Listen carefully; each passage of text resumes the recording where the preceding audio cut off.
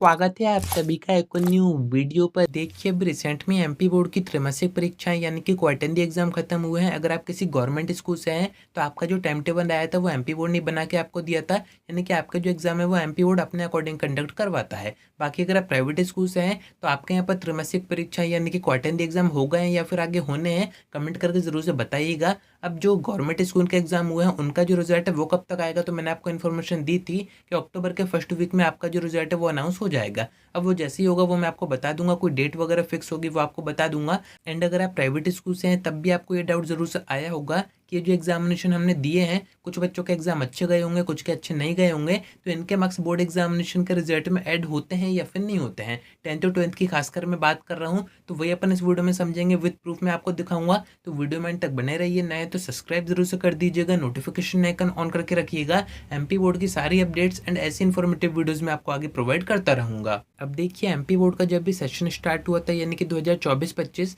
तो स्टार्टिंग में 3-4 पीडीएफ जारी किए थे एमपी बोर्ड ने। एक में आपको मार्किंग स्कीम दी गई थी, दूसरे में आपको रिड्यूस दिवस दिया गया था, तीसरे में आपको बताई जा रही थी प्रोजेक्ट एंड प्रैक्टिकल्स की इन्फॉर्मेशन। एंड इसी पीडीएफ में आपको इसकी इन्फॉर्मेशन दी जा रही थी कि आपके मार्क्स आगे ऐड होंगे या फिर नहीं होंगे। बीच में एक अपडेट भी आई थी 5th और 8th की, उसमें आपको बताया जा रहा था कि जो उनका बोर्ड एग्जामिनेशन का रिजल्ट बनेगा उसमें कुछ नंबर अर्धवार्षिक के रहेंगे, कुछ उनके जो बोर्ड एग्जामिनेशन होंगे उनके रहेंगे। ऐसे सारा जोड़ जाड़ के उनका जो रिजल्ट है वो बनाया जाएगा। तो यहाँ पर क्या आपके साथ भी ऐसे ही होगा 10th और 12th में, वो मैं आपको इस पीडीएफ के थ्रू समझाता हूँ। फर्स्ट अपन 10th का देखते हैं, उसके बाद अपन 12th का देखेंगे। तो यहाँ पर अपन 10th का अगर साइंस सब्जेक्ट पकड़े या फिर मैथ्स पकड़े, क्योंकि 10th का आपको एग्जाम पैटर्न पता होगा। अगर आपको एग्जाम पैटर्न नहीं पता है 10th और 12th का, तो डिस्क्रिप्शन में आपको वीडियो दे रहा हूँ, जरूर से जाके देखिएगा, क्योंकि उसके बाद ही आपको ये सारी चीज़ें समझ में आएंगी। 10th के जितने भी सब्जेक्ट के पेपर होने हैं वो होने हैं 75 मार्क्स के। बाकी आपके जो मार्क्स बच रहे हैं 25 नंबर, इसमें ही आपके जुड़ेंगे इन त्रैमासिक या फिर अर्धवार्षिक परीक्षाओं के नंबर। कैसे जुड़ेंगे, तो यहाँ पर आप अभी स्क्रीन पर देख ही रहे हैं, मैथ्स का अपने सामने ओपन है। यहाँ पर आपको कुछ मार्क्स डिस्ट्रीब्यूशन दिया गया है।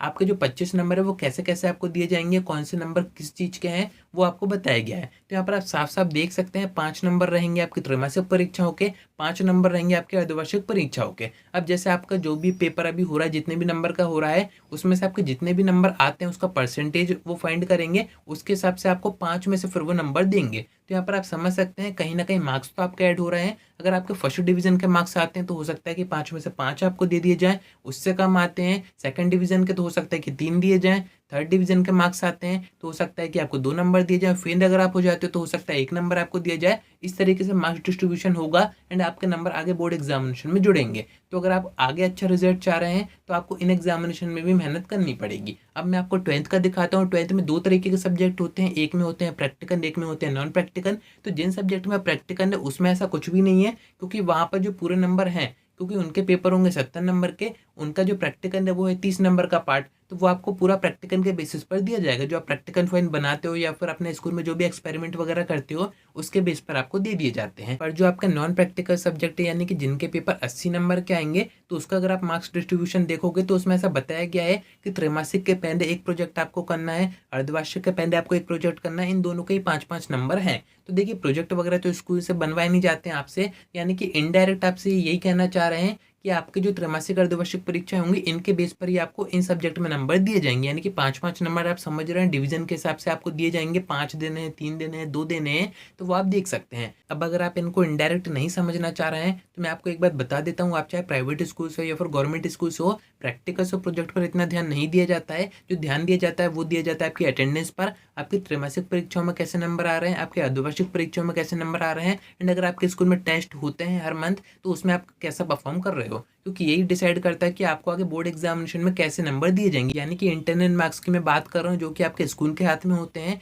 और ये काफ़ी ज़्यादा इंपॉर्टेंट होते हैं क्योंकि इसी से आपका परसेंटेज बनता है। बोर्ड एग्जामिनेशन की थ्योरी में तो मैक्सिमम बच्चों के एक जैसे नंबर आ जाते हैं, पर जो टॉपर्स बनते हैं वो इन्हीं इंटरनल मार्क्स से बनते हैं। तो ये अगर आपको पूरे चाहिए तो आपको त्रैमासिक परीक्षा में अच्छा परफॉर्म करना पड़ेगा, अर्धवार्षिक में करना पड़ेगा।